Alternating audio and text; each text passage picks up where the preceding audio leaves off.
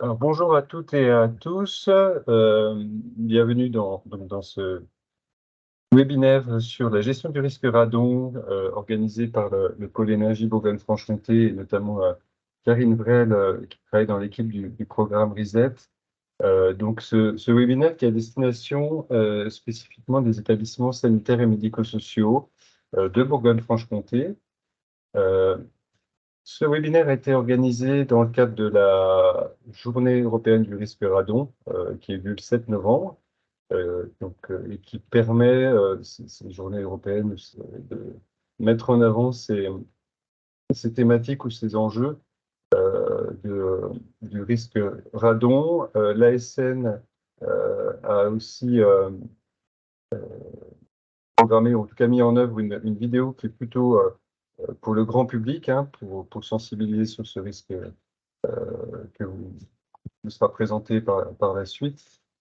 Donc, ce webinaire donc, est on va dire, par rebond, permet aussi pour nous sensibiliser largement tous les établissements de la région.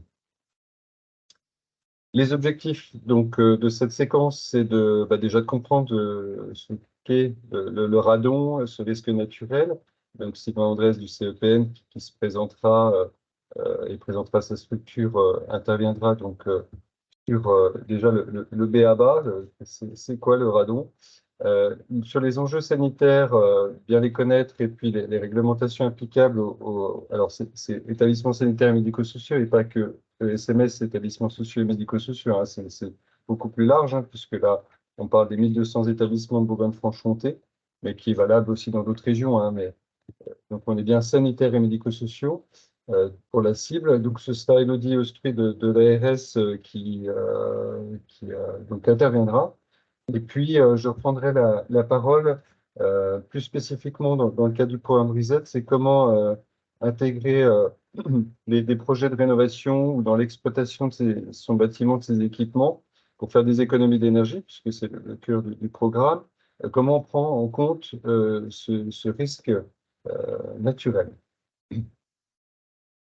Donc, en gros, rénover, faire des économies d'énergie, oui, mais en prenant en compte, bien sûr, les enjeux sanitaires. Alors, plein d'enjeux quand on fait ces travaux-là, mais aujourd'hui, on est sur ce sujet. Au programme, donc, le radon, qu'est-ce que c'est? Quel est ce gaz? Donc, je vous parlais de Sylvain, donc du CEPN, enjeux sanitaires, réglementation applicable à l'ARS, et puis le pôle énergie, donc, qui interviendra, et notamment l'accompagnement aussi pourra être apporté par Karine dans notre équipe sur ce risque dans vos opérations. Et puis des temps de questions-réponses qui seront d'ailleurs proposés après chaque séquence. Voilà. Donc, on vous remercie par avance pour votre participation active aussi et aux échanges qui auront lieu tout au long de ce webinaire. J'en profite aussi pour remercier Sylvain et Elodie pour leurs interventions. Donc, le webinaire est enregistré comme d'habitude. Si vous suivez régulièrement nos actions, on a une playlist sur la chaîne YouTube du Pôle Énergie. On retrouve d'ailleurs tous les supports des différents webinaires qui ont été organisés. Donc, ils seront disponibles sur le site du Pôle Énergie et puis par mail. On vous enverra les liens qui vont bien et les supports en pièces jointes. Votre caméra et votre micro sont coupés. Ils pourront être activés éventuellement si vous précisez certains points ou certaines questions. Et puis, il y a le chat habituel. Donc, nous pourrons relayer les questions aux intervenants. N'hésitez pas aussi, ça peut être pour nous un plus de vous renommer, puisque parfois, on a des difficultés pour identifier les personnes ou les structures qui sont présentées. Donc, nous vous invitons aussi à vous renommer sur Teams. Le programme Reset, pour celles et ceux qui ne le connaissent pas encore, donc il a été mis en place à l'initiative de l'ARS, de l'ADEME et de la Banque des Territoires en 2021. Il s'inscrit en fait dans le cadre du PRS 3, Plan Régional Santé Environnement, avec une action, en gros, c'est d'aider les établissements à améliorer l'efficacité énergétique et le confort hygrothermique de leurs bâtiments, et qui se poursuit donc dans le PRSE 4 avec initialement les thématiques efficacité énergétique, énergie renouvelable, et puis confort hygrométrique et qualité de l'air, avec aussi dans le PRSE 4 les thématiques du risque radon et du risque légionnel. Donc voilà les thématiques. Donc ce programme a pour vocation d'informer et d'accompagner l'ensemble des établissements de la région avec un niveau de service qu'on a proposé qui peut être un peu différent suivant les établissements et les contextes. Mais voilà, les thématiques fortes du programme euh, dans lesquelles, pour lesquelles on intervient. Le pôle énergie Bourgogne-Franche-Comté, c'est un centre de ressources du bâtiment durable. Donc, en gros, on est un opérateur régional de l'ARS, de l'ADEME et de la Banque des Territoires pour justement déployer, développer ce programme et proposer tout un tas de services pour faciliter les projets, mettre en réseau les établissements, leur apporter des compétences, des connaissances. Euh, donc, en sachant que le pôle énergie a pour vocation de former et d'accompagner l'ensemble des professionnels et acteurs du bâtiment. Voilà. Vous aurez plus d'informations sur le site du pôle énergie. Donc là, vous voyez par exemple, il y a en visuel les matériaux biosourcés qui sont mis en avant. Donc ça fait partie aussi des thématiques traitées par le pôle énergie. Nous sommes 3 intervenants, donc je coordonne le programme. Risette, Karine est chargée de mission énergie santé et donc travaille principalement aussi dans le cadre de ce programme. Et puis on a une apprentie qui est à l'ARS et qui travaille aussi sur les outils, de la méthodo et de l'accompagnement d'établissement, donc en type de conseillère transition énergétique en santé. Le panel d'action, les services qui sont proposés, oui, ils sont multiples, puisqu'effectivement, que ce soit sur du coaching, du conseil individuel, on peut aussi mettre en place pour, on va dire, massifier des actions collectives, dont les formations, ces webinaires thématiques comme aujourd'hui, et puis on développe aussi tout un panel d'outils et de la mutualisation d'outils pour accélérer, on va dire, la transition énergétique et écologique. Et puis, depuis 1 an et demi, un petit peu plus d'1 an et demi, bientôt 2 ans, on coordonne un nouveau réseau de conseillères transition énergétique et écologique en santé qui sont recrutés dans des groupements d'établissements sanitaires et médico-sociaux, et ce qui permet de déployer en fait le programme. Nous on considère comme ça permet d'accélérer en fait le développement du programme et des projets grâce à ces nouveaux professionnels qui viennent en appui des directeurs, directrices d'établissement, responsables patrimoine ou responsables de services techniques, par exemple, que vous voyez d'ailleurs ici. Et donc, on a en Bourgogne-Franche-Comté, alors, 10 postes dans le cadre des financements Ségur. On en a 3 supplémentaires. Donc, il y aura à peu près il y a une quinzaine de personnes aujourd'hui, puisque peu importe le financement, on a des postes qui sont créés aussi et développés par les structures. Donc, voilà, pour information, si vous ne les connaissiez pas, ces fameux CTEES. Nos partenaires, je vous en ai parlé, l'ARS, l'ADEME, la Banque des Territoires, historiquement, la CNSA pour l'animation de ce réseau, justement de conseiller, et l'ANAP, qui est un partenaire fort, partenaire plutôt, on va dire, technique, avec lequel on travaille régulièrement sur des publications, mais aussi sur l'animation de ce réseau. Et vous retrouvez tout un tas d'informations sur notre site internet dédié, au programme Reset. Là, vous avez le lien. Vous trouverez plus en détail les programmes, les thématiques traitées. On a aussi une boîte à outils où vous retrouverez des documents ressources, des modèles de cahier des charges, des fiches thématiques, et puis prochainement des chiffres clés eau énergie pour pouvoir vous situer par rapport à des moyennes régionales de consommation d'eau et d'énergie, et puis des dépenses. Et nous vous invitons fortement, si ce n'est pas déjà le cas, à devenir membre du réseau. C'est gratuit, il suffit de vous inscrire pour entrer dans cette communauté de professionnels qui, au sein de leur établissement, veulent justement mettre en place des actions d'efficacité énergétique tout en considérant les enjeux sanitaires. Voilà, puis de l'actu, bien évidemment, sur les actions et autres. je n'ai fini pour la présentation du programme Reset. Sylvain, du coup, je te laisse la main pour partager ton écran et te présenter, etc. Enfin, voilà.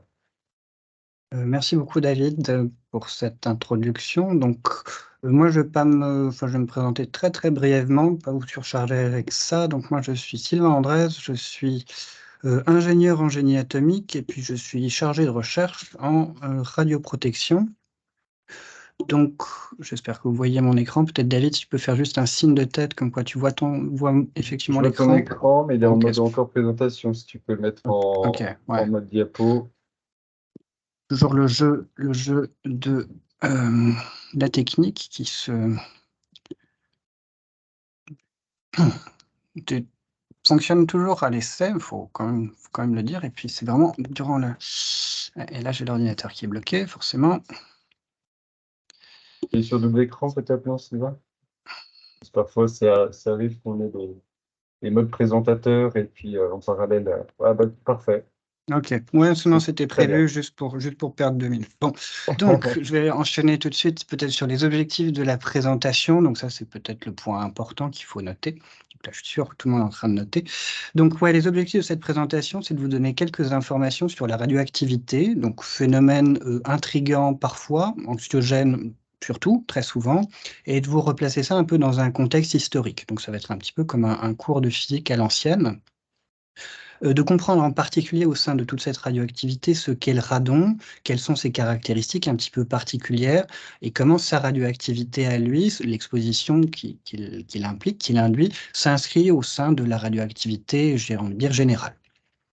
Et puis de vous donner, en fait, par le biais de cette présentation, un peu des éléments de contexte sur un peu la géologie, un peu des éléments de vocabulaire qui vont vous permettre d'appréhender l'origine, le pourquoi de la réglementation, en fait, pourquoi vous êtes là aujourd'hui, le pourquoi de la réglementation applicable dans les établissements recevant du public et aussi les moyens d'en tenir compte.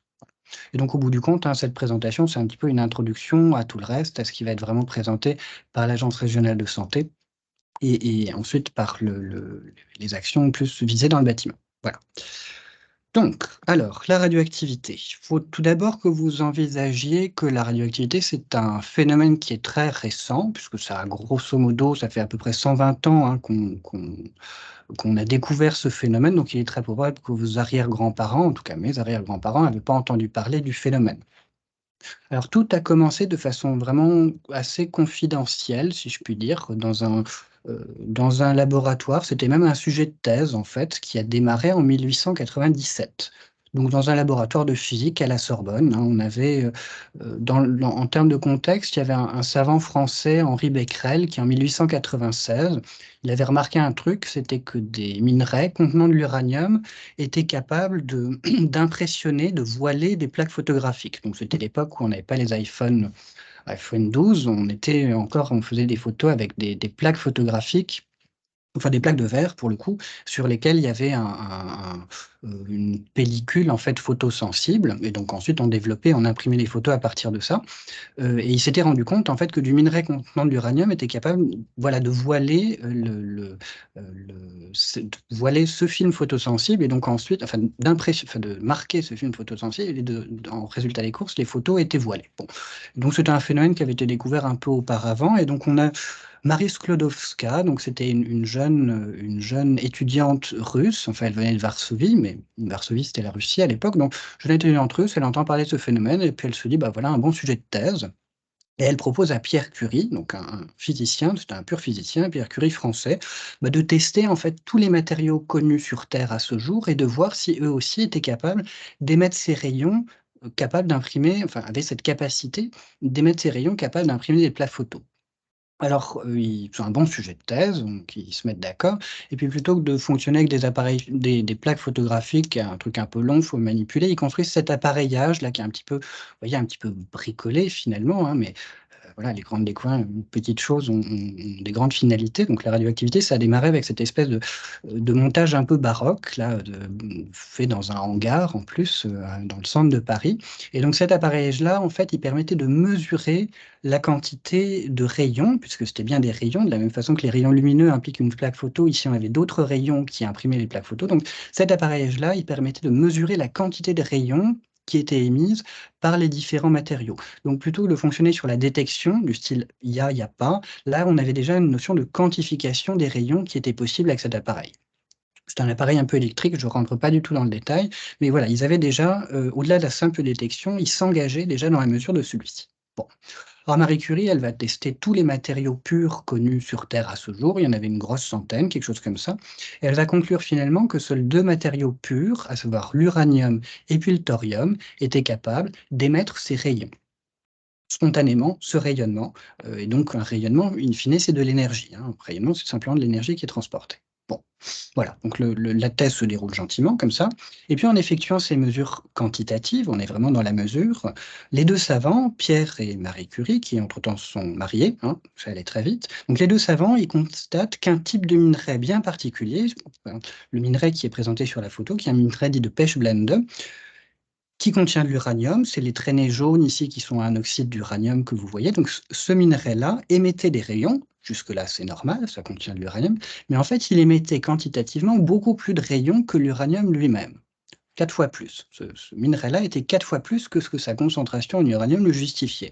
Ça, c'est embêtant parce que dans la théorie un petit peu qu'avaient posée Pierre et Marie Curie, de la radioactivité, cette pierre-là faisait exception. C'était très embêtant. Donc, ce qu'ils postulent, hypothèse, ils postulent que cet effet-là, cette émission supplémentaire additionnelle de rayons, est due à la présence d'autres éléments qui parviennent à isoler en jouant un petit peu aux petits chimistes. Donc, ils broient cette pierre, ils la font passer dans différentes solutions chimiques, etc., pour extraire les différents composants et les tester les uns après les autres. Et à force, voilà, comme ça, de jouer aux petits chimistes durant un certain temps avec une certaine quantité de pierre, ils vont découvrir 2 éléments qu'ils vont nommer, à savoir le polonium et puis le radium, qui, eux, une fois isolés, ils constatent qu'ils sont très émetteurs de rayons. Voilà, donc on avait l'uranium, le thorium, ils commencent un petit peu à creuser les choses, et puis on trouve ce polonium, on trouve ce radium, et dans une note, c'est vraiment une note de laboratoire, Marie Curie, elle émet l'hypothèse que cette propriété, donc toujours d'émettre des rayons, c'est une propriété vraiment spécifique de certains matériaux, et elle lui donne le nom de radioactivité. Donc c'est vraiment Marie Curie qui va estamper, si je puis dire, trouver ce terme de radioactivité. Et elle précise bien que c'est une spécificité vraiment, physique des matériaux et que c'est pas du tout une spécificité chimique. C'est-à-dire qu'ici, vous avez ça dépendait, je veux dire, le matériau qu'il soit en solution, qu'il soit broyé, qu'il soit sous une forme oxydée, peu importe, sa quantité de rayons était toujours la même et donc elle en conclut que c'est vraiment une propriété physique, de certains matériaux. Alors en 1903, les époux Curie vont donc recevoir le prix Nobel de physique pour, je cite, «en reconnaissance de leur découverte de la radioactivité», et ils vont recevoir un 2e prix Nobel en 1911 pour la découverte de nouveaux éléments que sont le radium et le polonium. Et Marie Curie, elle est née précisément le 7 novembre 1867 et donc vous commencez peut-être tout doucement à comprendre pourquoi le 7 novembre est devenu, des années après, la journée européenne du radon. Voilà, Marie Curie, elle est née le 7 novembre. Ensuite, bon, les différentes découvertes, hein, vont s'enchaîner sur la radioactivité. Je pense que vous connaissez un petit peu les différents constituants du noyau, neutrons, protons, ce genre de choses. La radioactivité artificielle, qui va être découverte en 1934. Vous avez la fission atomique, donc vous avez voilà, et puis les utilisations de la radioactivité, hein, aujourd'hui, le médical ou la fission pour produire de l'énergie. Mais tout ça, c'est déjà plus notre sujet. Bon. On va continuer un petit peu, revenir un peu sur le radon. Pierre et Marie Curie, dans leur laboratoire, ils avaient déjà remarqué, là on est en 1899, que la présence d'uranium et de radium, donc laissés dans la pièce, avait tendance à rendre radioactive cette pièce-là, et notamment les instruments de mesure qui étaient présents dans la pièce. Voilà, donc il publie un article précisément le 6 novembre, mais là ça n'a rien à voir pour le coup avec la journée européenne du radon, c'est juste pour la date, mais il publie un article le 6 novembre 1899 pour évoquer une forme de radioactivité induite. C'est-à-dire que l'uranium ou le radium induirait, comme ça, rendrait radioactifs plus ou moins par contact les matériaux présents dans la pièce et notamment les instruments de mesure. C'était très embêtant pour eux qui faisaient des mesures. Et ensuite, ils avaient des mesures qui étaient faussées, c'était embêtant. Mais donc, ils publient un article un peu sur cette radioactivité induite. Et ils avaient également remarqué que l'air, au-dessus des minerais riches en uranium, semblait être radioactif. l'air, au-dessus des minerais. Notamment les minerais qui étaient laissés un peu dans une boîte ou dans une enceinte en verre, ils avaient remarqué que l'air semblait être radioactif. Et là, j'ai mis un peu dans la petite bulle. Là, je cite vraiment Marie Curie dans un article. De l'avis de Monsieur Curie, donc c'était Pierre Curie et de moi-même, donc Marie Curie, le fait que le radium puisse générer un gaz, là c'est moi qui souligne, est une supposition qui n'est absolument pas justifiée. Voilà, hypothèse, émettre un gaz, c'est pas justifié. Et nous considérons plutôt que ces émanations, là c'est elle qui met les guillemets, hein, mais que ces émanations sont de l'énergie radioactive qui serait stockée dans l'air, bon, mais d'une manière qui demeure actuellement inconnue. Bon, donc ce que dit Marie Curie, en fait, ça reste toujours sur un phénomène d'induction. Henri Becquerel, qui travaillait un peu toujours là-dessus, il parlait d'une sorte de phosphorescence. Bon, mais en tout cas, une forme d'induction de la radioactivité dans l'atmosphère et l'idée que le minerai puisse qu'un gaz puisse, radioactif pour le coup, hein, puisse émaner du minerai, ça, c'était une hypothèse qu'elle a pas retenue. Voilà, donc pour le coup, hein, c'était une hypothèse qui était enfin, son hypothèse était erronée, donc vous voyez, même les meilleurs, hein, parfois, bah, se trompent un peu, enfin, c'est pas une question de raisonnement, mais voilà, là, c'était une hypothèse posée qui était fausse, pour le coup, de la part de Marie Curie. Et en fait, c'est un scientifique anglais, je crois que je l'ai mis un petit peu plus loin, Rutherford notamment, qui va découvrir le neutron un peu plus tard, mais c'est Rutherford qui va montrer qu'un gaz radioactif émane effectivement des minerais contenant de l'uranium, et c'est lui qui contamine la pièce. Alors ce radon, on ne l'appelle pas encore ainsi, hein, on parle d'émanation de radium, ce qui est un terme assez faux, mais ce radon, ça va être le 5e élément radioactif qui va être identifié, et il va être progressivement caractérisé. Donc là, je vous ai mis ce petit montage un petit peu rigolo, montage expérimentaux, ils ont permis d'isoler le radium. C'est assez, voilà, c'est juste pour l'exemple, ce n'est pas ça bien sûr, mais ça a fait l'objet d'un certain nombre de recherches et ce n'était pas simple d'isoler, de caractériser ce radium et de le décrire. Donc c'est quand même le 5e élément radioactif qui a été identifié, en 1905. Donc si vous vous rappelez, on avait l'uranium, le thorium, ensuite on avait par Pierre et Marie Curie polonium, radium et le radon, bon qui à ce moment-là porte pas ce nom-là, mais le radon, et c'est le 5e élément radioactif identifié. Il va être progressivement décrit dans les années suivantes. Alors le spectre, bon là je vais pas rentrer du tout dans les détails, mais le spectre atomique, ça a permis de comprendre que c'était un gaz rare, c'est-à-dire un gaz qui avait ses couches électroniques saturées, donc radon, c'était un peu comme le xénon, comme l'argon, ces gaz-là. Donc c'est un gaz rare. Ça, on l'a vu en 1904. On a pu calculer sa densité, on a pu voir qu'il était beaucoup plus dense que l'air, par exemple. On a aussi pu caractériser sa réactivité chimique et constater qu'elle était pratiquement absente, c'est-à-dire qu'il ne réagit avec rien, donc comme les autres gaz rares finalement, comme leur couche électronique est saturée, en fait ils réagissaient avec rien parce que leur couche est saturée, ils n'ont pas d'électrons à échanger et ils n'ont pas d'électrons à accueillir. Donc c'est pour ça réactivité chimique absente. Un point de congélation, ça c'est juste parce que c'est rigolo. Voilà, imagine le gaz, 202 Kelvin, c'est très peu, c'est dans les moins 80 degrés, quelque chose comme ça. Donc voilà, en fait, bon, tout ça pour dire que c'est un sujet scientifique intéressant, voilà, qui a occupé les scientifiques durant un certain nombre d'années, et puis il est définitivement nommé, ça va être en 1922. Bon.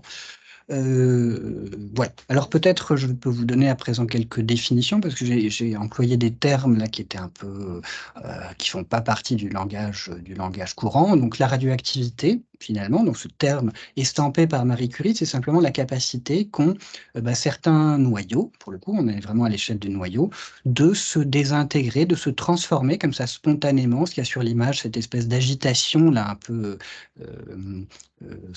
qui n'a pas de direction, qui se transforme spontanément en autre chose. Donc c'est vraiment un peu comme les alchimistes qui imaginaient la pierre philosophale. Là, c'est exactement ça, c'est une transformation spontanée de certains éléments en autre chose et en émettant des rayonnements au passage. Donc les rayonnements, je vous ai dit, c'est simplement une façon de transporter de l'énergie. L'énergie, vous pouvez la transporter avec le son, c'est une façon c'est le son, hein, qui passe à travers, enfin que le son de ma voix, par exemple, que vous entendez, j'espère, c'est simplement de l'énergie qui est transportée. Donc les rayonnements, par exemple, qui proviennent de la radioactivité, c'est également une forme de l'énergie. Donc là aussi, vous pouvez imaginer mesurer la radioactivité, on pourrait imaginer plein de choses, on pourrait imaginer le nombre de désintégrations, le nombre de changements comme ça de noyaux spontanés par seconde et par mètre cube d'air, par exemple. Vous pourriez mesurer la radioactivité d'une autre façon, vous pourriez mesurer le nombre de rayonnements qui sont émis, vous pourriez calculer l'énergie des rayonnements qui sont émis, vous pourriez calculer un petit peu ce genre de choses. Vous voyez que progressivement, ça peut se mesurer assez finement, cette radioactivité. Et puis, j'aimerais aussi introduire la notion de période radioactive, parce qu'on va en parler un tout petit peu. Donc, vous imaginez que si vous avez, je dis n'importe quoi, mais 1000 noyaux radioactifs, et je vous ai dit qu'ils se transforment spontanément en quelque chose d'autre, eh bien la période radioactive, en fait, c'est la durée au cours de laquelle la moitié de ces noyaux se seront transformés. C'est-à-dire la durée au bout de laquelle vous n'aurez plus que 500 noyaux originaux, initiaux, et puis vous aurez ensuite 500 autres noyaux d'autres choses. Enfin, vous aurez plus que 500 pour le coup, vous en aurez beaucoup plus que 500 en fait, s'ils se transforment en autre chose. Bon, mais enfin, vous en aurez forcément plus que 500. Bref, pas dans les détails, mais simplement la période radioactive, c'est la durée au cours de laquelle la moitié des éléments radioactifs ont disparu. Pour ceux, vous avez peut-être déjà entendu parler du carbone 14, c'est un élément radioactif. Sa période radioactive, c'est 7635 ans, par exemple. L'uranium, dont vous avez déjà entendu parler, radioactif, sa période, c'est 4,5 milliards d'années, etc., etc. Donc, chaque élément radioactif a une période radioactive qui lui est propre, qui lui est très spécifique. Et la période radioactive du radon, c'est 3,8 jours. Voilà. Donc, vous prenez 1000 petits atomes de radon, vous les mettez dans une enceinte, et au bout de 3,8 jours, vous aurez 500 petits atomes de radon, et puis autre chose. Je ne vais pas rentrer dans les détails pour le moment. Voilà. Mais donc, je vous ai mis un peu quelques définitions. Voilà. Et puis ça, c'est la période radioactive, mais ensuite, ça fait rentrer dans les exponentielles, et puis c'est pas le moment. Je vous ai mis une petite image ici. Alors, c'est assez intéressant. Donc, c'est une image qui est prise sur YouTube.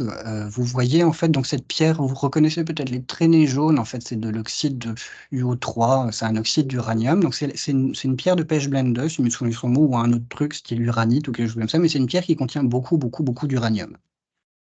Donc ça, en fait, ça a été mis, vous voyez les petites traînées, c'est mis dans une enceinte, une boîte quoi, pas forcément étanche d'ailleurs, dans laquelle il y a une vapeur, soit d'eau, soit d'alcool. Ici, je crois que c'est de l'alcool qui est sursaturé. Donc en fait, c'est simplement, une sursaturation si vous pour un petit exemple, donc en fait la paroi, de l'enceinte, elle est très froide. Donc en fait, si, vous mettez un ga pour le coup, vous mettez un alcool, il va se condenser, ou si vous mettez un certain volume, il va se condenser sur les parois froides. L'exemple classique qu'on peut prendre en cette saison, c'est quand vous rentrez dans votre voiture et que vous restez un petit peu, la vapeur d'eau se condense sur le pare-brise, parce que le pare-brise est froid, donc condensation. Là, c'est rigoureusement le même phénomène. Vous avez un gaz, pour le coup, c'est de l'éthanol, qui se condense sur les parois froides. Donc le gaz, très bien, il fonctionne en circuit fermé comme ça, mais vous avez quand même une toute petite partie du gaz qui ne se condense pas. Et par contre, il y a une situation très spécifique, il est à la limite de la condensation. Donc là, il y a quand même un petit jeu. Faut pas toucher à la boîte, par exemple, faut pas donner les coups de pied dedans parce que c'est assez sensible. Mais vous avez dans cette boîte une petite quantité de gaz qui est vraiment à la limite de la condensation. Et alors, il suffira d'une toute petite impureté pour que le gaz saisisse cette opportunité, si je puis dire, pour perdre son énergie. Ça, pour passer d'une forme gazeuse, où il est invisible, à une forme liquide, se condenser, quoi. Parce qu'un gaz, on ne le voit pas, par contre, les gouttelettes, ça, vous les voyez à l'œil nu. Eh bien, le passage d'un rayonnement, je vous ai dit un rayonnement, c'est de l'énergie, bah, celui-ci, en traversant la matière, il va perdre son énergie et créer des ions chargés derrière lui. Et tous ces petits ions, ça va être autant d'opportunités pour le gaz pour se condenser. Et se condenser, chose que vous pouvez voir à l'œil nu. Donc, tout ça pour dire, en fait, ces chambres à brouillard, puisque c'est le terme, c'est un moyen, pas simple, difficile à faire à la maison, mais c'est un moyen de visualiser les rayons de la radioactivité. Donc vous voyez ici un certain nombre de rayons, et c'est encore plus rigolo normalement si je fais passer l'image. Donc il n'y a pas de trucage, hein, je précise que c'est vraiment les rayons ici qui sont émis, par la pierre. Alors peut-être je vais faire une pause. Vous voyez que vous avez vous voyez différentes directions, par exemple, donc ça c'est déjà intéressant. Vous avez peut-être vu qu'il y a des vitesses différentes, donc il y a aussi des énergies qui sont différentes. Et peut-être si on me fait encore passer, ouais, là, il y en a un qui est comme ça. Vous voyez qu'il y en a certains qui vont vraiment tout droit, alors qu'il y en a d'autres qui sont plutôt une forme courbe. Donc une forme courbe, c'est qu'ils vont être, déviés en fait par, un champ magnétique quelconque. Mais en fait, s'ils sont déviés par un champ magnétique quelconque, c'est-à-dire que c'est des particules chargées. Donc ça, c'est des particules chargées, alors que ceux qui vont tout droit, ils en ont strictement rien à faire des champs magnétiques, ça veut dire qu'ils sont pas chargés. Donc vous voyez qu'avec cette petite pierre là, qui contient beaucoup d'uranium, vous avez un certain nombre de différents types de rayons, avec chacun leurs caractéristiques propres qui sont émises. Donc c'est assez normalement, si on peut hop, c'est assez hop, si on peut la lancer. Bon, tant pis. Donc, mais je pense que vous avez vu vous avez compris le phénomène. Je peux à la rigueur le relancer parce que c'est assez intéressant. Donc, comme dit, c'est 100 trucs. Là, on avait une qui était joliment courbe. Donc voilà, là, c'est une façon d'objectiver, comme on dit, la radioactivité. Et donc, tout ça, c'est parfaitement naturel, parfaitement normal. Bon, voilà, là, j'avais coupé. Donc, chambre à brouillard ou chambre à bulles. Donc là, en fait, c'est juste un élément très rapide pour rentrer un petit peu dans la radioprotection, parce que c'est aussi de ça dont on m'a demandé de parler. Donc vous avez vu qu'il y avait différentes caractéristiques. Chaque rayonnement, vous voyez, a un peu ses caractéristiques propres. Certains pouvaient être déviés avec des trajectoires courbes, d'autres allaient tout droit. Et donc, à partir de ces différentes énergies aussi, parce que différentes vitesses, différentes tailles, quelque part. Donc là, je vous ai mis très rapidement les grands types de rayonnements connus, hein. Donc, vous avez les particules alpha, les particules bêta, les particules gamma, et puis des neutrons, mais là qu'on n'a pas vu. Simplement, donc, chacun de ces rayonnements, je ne vais pas rentrer dans le détail, mais chacun de ces rayonnements a ses caractéristiques propres et aussi les moyens de s'en protéger qui sont propres. Notamment les alphas, par exemple, c'est globalement un noyau d'hélium ionisé, sans ion, voilà. Beaucoup d'énergie, mais un très faible pouvoir pénétrant. Par exemple, je ne vais pas rentrer dans les détails, mais voilà, c'était simplement pour vous expliquer qu'il y a différentes particules. Vous avez pu le voir, vous avez pu voir un peu ces particules qui traversaient, enfin les traces laissées par ces particules et qui ont leurs caractéristiques propres. Alors, vous comprenez aussi que ces particules, ces rayonnements qui transportent de l'énergie, peuvent traverser la matière, là, sur l'image notamment, traversent la matière et peuvent endommager les cellules, et notamment le code génétique des cellules, qui est finalement la partie la plus fragile. La paroi, les mitochondries, tout ça, c'est solide. Par contre, la cellule d'ADN, c'est relativement fragile. Et donc là aussi, vous comprenez que les dégâts qui vont être enregistrés par les cellules vont dépendre du rayonnement, de son énergie notamment, et puis de la voie d'exposition. Je veux dire, si vous avez tapé plutôt dans la peau, si vous avez plutôt tapé les poumons, vous comprenez un petit peu ces notions de risque qui sont liées au type de rayonnement. Sur et vous comprenez qu'on peut calculer alors l'excès de risque en fait d'être exposé, ça peut être exprimé en sievert. Alors, je suis obligé de rentrer dans cette unité-là, on va en parler un tout petit peu, mais le sievert, ça mesure simplement la quantité de risque suite à une exposition à la radioactivité. Et donc, plus la dose est élevée, plus l'excès de risque, je dis bien que c'est un excès de risque, de développer un cancer, pour le coup, augmente. Mais sur ces aspects-là, c'est vraiment, et notamment le risque sanitaire associé au radon, ça c'est vraiment l'ARS, Élodie, qui va vous le présenter. Alors, je vous ai mis encore quelques éléments, mais pour aller vraiment des bases un petit peu de radioactivité, de radioprotection. L'activité, on utilise le Becquerel, donc en souvenir, en l'honneur du savant Henri Becquerel, celui avec les plaques photo. Donc on parle en Becquerel, donc c'est globalement le nombre de désintégrations de noyaux radioactifs par seconde. Nombre de désintégrations que vous pourriez mesurer comme le nombre de rayonnements spécifiques que vous identifiez par seconde. Si on reprend la pierre, voilà, vous pourriez à partir de là calculer assez facilement l'activité, pour le coup, de la pierre totale ou en kilos ou en grammes, l'activité. Ensuite, on imagine vous, par exemple, enfin n'importe qui, un être humain, même ça pourrait même être une cellule ou une espèce, enfin un biota quelconque. Je vous ai dit, les rayonnements, c'est de l'énergie, et donc vous pourriez calculer la quantité d'énergie qui est reçue, donc en quantité d'énergie, hein, en joules, qui est absorbée par un tissu vivant. Donc vous auriez des joules par kilo. Donc là, on comprend assez bien les becquerels, le nombre de désintégrations par seconde qui transportent de l'énergie, et puis l'énergie déposée dans les tissus, c'est en Gray. Alors je ne sais plus qui était monsieur Gray maintenant, je crois qu'il était anglais. Donc des joules par kilo. Pas très important, c'est une unité intermédiaire, mais de cette énergie en joules par kilo, et par type de tissu, et par organe, et par type de rayonnement, etc., vous avez tout un modèle théorique qui va vous permettre de calculer l'exposition en sievert. Vous vous rappelez cette notion en sievert? Rolf Sievert, pour le coup, il était suédois. Donc là, je vais bouger cette petite fenêtre. Donc c'est une unité mesurant l'effet biologique des rayonnements sur l'organisme. Au bout du compte, vous pouvez connecter l'activité, donc le nombre de coups de la pierre, à votre exposition, l'excès de risque de développer un cancer. Et donc aujourd'hui, les calculs montrent qu'un sievert, donc c'est déjà une grosse dose, hein, un sievert, c'est un excès de risque de plus de 5% de développer un cancer radioinduit. Je précise que c'est un excès de risque. C'est-à-dire que vous avez déjà un excès de risque donné de développer un cancer, nous tous, et puis là, c'est un excès de risque. Donc, c'est pas 5% de chance de développer un cancer, c'est plus 5% du risque que vous avez initial, je précise. Voilà, c'est bon. Voilà. Donc, je vous ai donné un peu quelques éléments, notamment là, toutes ces notions de Becquerel et de Sievert. Ça, c'est peut-être des choses à retenir. Voilà, donc petite image, hein, vous êtes ici et ceci est radioactif un peu, effectivement, on va le voir, et ceci encore plus, hein. Le soleil, c'est une explosion thermonucléaire, hein, de fusion en permanence. Donc autant vous dire que question radioactivité, ça se pose là. La Terre elle-même est radioactive, on l'a vu déjà un petit peu avec les pierres qui contiennent de l'uranium. Vous avez une certaine quantité d'uranium présent dans la croûte terrestre. Vous avez donc le rayonnement qui provient du Soleil, vous avez le rayonnement qui provient des autres soleils, que sont les petites étoiles, vous avez le rayonnement qui provient des supernovas. Bon, ça, c'est un petit peu voilà, on baigne dans un certain volume de radioactivité. Donc, je vous ai mis là quelques éléments.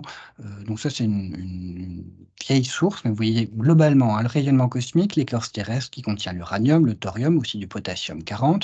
Bref, vous avez l'air qui est un petit peu radioactif. Vous avez la radioactivité qui est dans les pierres, finalement, elle peut remonter assez facilement dans l'eau. Ça se dissout assez bien, notamment le potassium-40 qui se dissout assez bien dans l'eau des océans. À partir de là, une moule, hein, qui vit en filtrant l'eau de mer. Ça fait, je ne sais plus combien de litres d'eau de mer par jour, beaucoup. Ces petits organismes filtreurs, eh ben, ils vont gentiment accumuler la radioactivité qui est présente dans l'océan.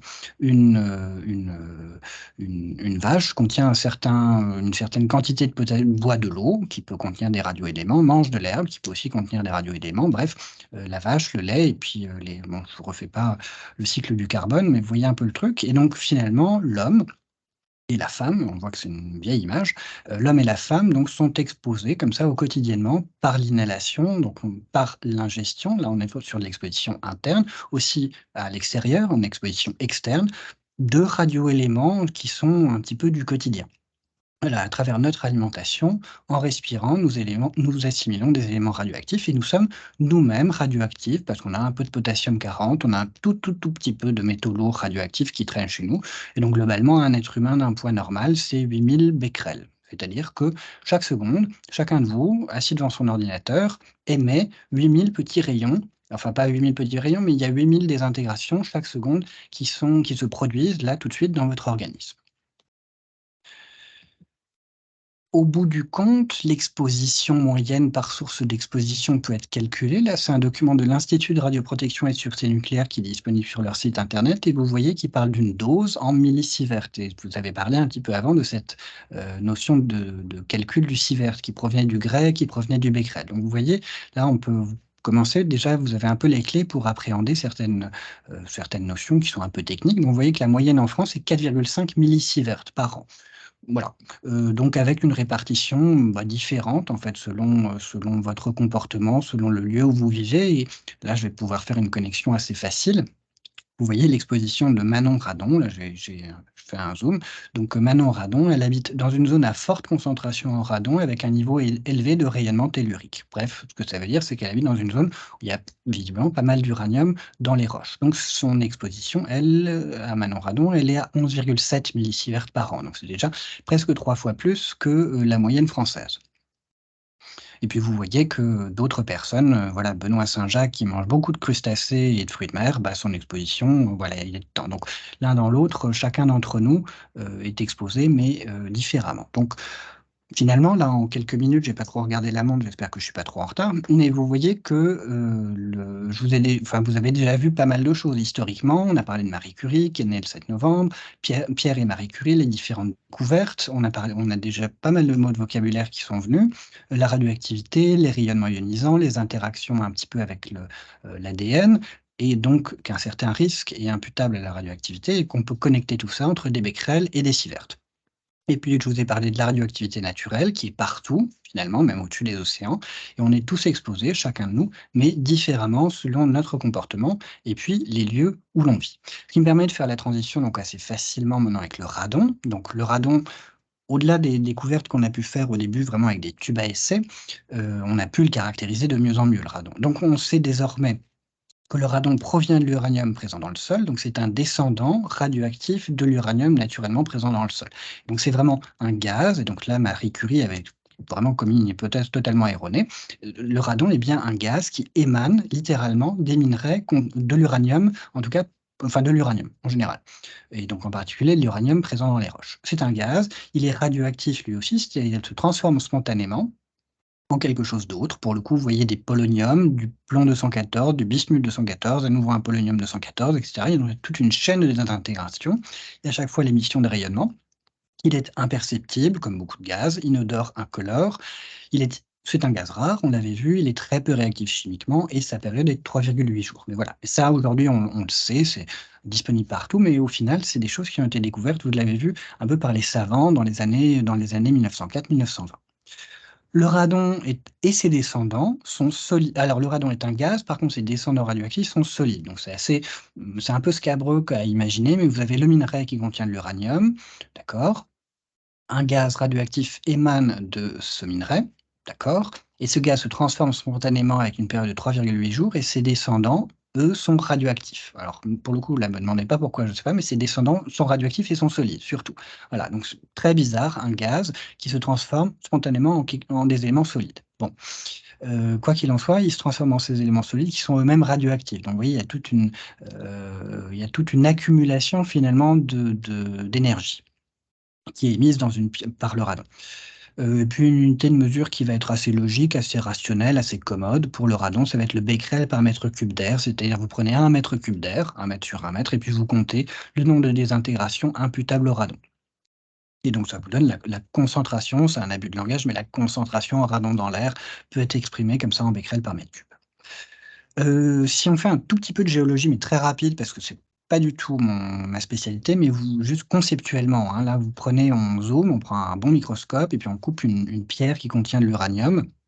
Donc simplement, c'est pour vous dire que, l'uranium donc qui est émis par les roches, pardon, le gaz radon qui est émis par les roches, hem donc vous avez une roche qui contient de l'uranium, des intégrations, du radon. Ce radon, dans la plupart des cas, il va quand même rester dans la roche parce il va être, vraiment au cœur de la roche, au cœur du cristal de roche. Par contre, vous avez globalement un tiers, un quart de la des du gaz radon qui va être émis dans la bonne direction et qui va être produit, pardon, désolé, je mélange un peu, mais qui va être produit suffisamment proche du joint de grain et aussi dans la bonne direction et pas en direction du cristal pour sortir de la roche. Comme dit, là, on est vraiment zoomé. Et donc, vous comprenez aussi que quelque part, la granulométrie de la roche dans toute cette affaire a son importance. Aussi, la concentration en uranium a aussi son importance pour, déterminer la quantité de radon qui peut émaner d'une roche donnée. Voilà, c'était juste pour vous dire, voilà, la qualité, enfin pas la qualité, mais les caractéristiques de la roche ont vraiment leur importance. Donc là, on était à une maille petite du cristal de roche, le joint de grain. Ensuite, on change à nouveau si on change d'échelle, vous voyez maintenant que les couches géologiques, plus généralement, vont aussi avoir leur influence dans la concentration en radon qui peut remonter à la surface naturellement. Si vous prenez, donc ça c'est une coupe totalement théorique qui fait un joli pot pourri avec enfin les géologues comme Karine, bon ça les fait un peu hurler, mais c'est juste un modèle. Mais donc l'idée, vous voyez qu'un massif granitique qui contient beaucoup d'uranium, naturellement, c'est comme ça, et bien un massif granitique en 1, eh bien, c'est une forte source, c'est une source importante de radon et donc en 6, vous avez des petites fractures qui vont encore accélérer, la remontée du radon. Donc vous voyez, d'où les flèches rouges. Vous avez ici toutes les conditions qui sont réunies pour avoir du radon qui est exhalé du sol. Voilà. Donc on voit un petit peu les caractéristiques à la fois très microscopiques de la roche et puis très macroscopiques des couches géologiques. Tout ça, ça paramètre de façon différente la quantité de radon qui peut remonter à la surface. Inversement, vous avez en 2 un schiste noir. Alors schiste noir, c'est un mot, c'est pour dire de l'ardoise, par exemple. Là, il y a pas d'uranium du tout et de l'ardoise, c'est étanche. C'est pour ça qu'on fait des toits en ardoise, d'ailleurs. Donc le gaz en particulier, il va pas du tout passer. Donc ça, c'est vraiment c'est opaque, si je puis dire, pour la remontée de radon et vous voyez qu'en 5 et en 10, il y a pas de radon qui remonte à la surface. Par contre, vous voyez en 9, vous avez ici une grosse fracture, une faille et donc ça va agir comme une autoroute, hein. C'est le périphérique du radon, qui remonte directement, pouf, voilà, juste au-dessus d'une maison. Mais là, j'ai pas de compétences bâtimentaires, donc ça va s'arrêter là, mais vous commencez un peu à comprendre l'enjeu et si vous remplacez la maison par un hôpital, voilà, vous êtes pile dedans. Autre point aussi assez intéressant, vous avez des grottes là en 4 et 7. Donc là, les grottes, c'est des sympathiques condensateurs pour le radon, hein. Le radon s'accumule bien, bien, bien dans les grottes.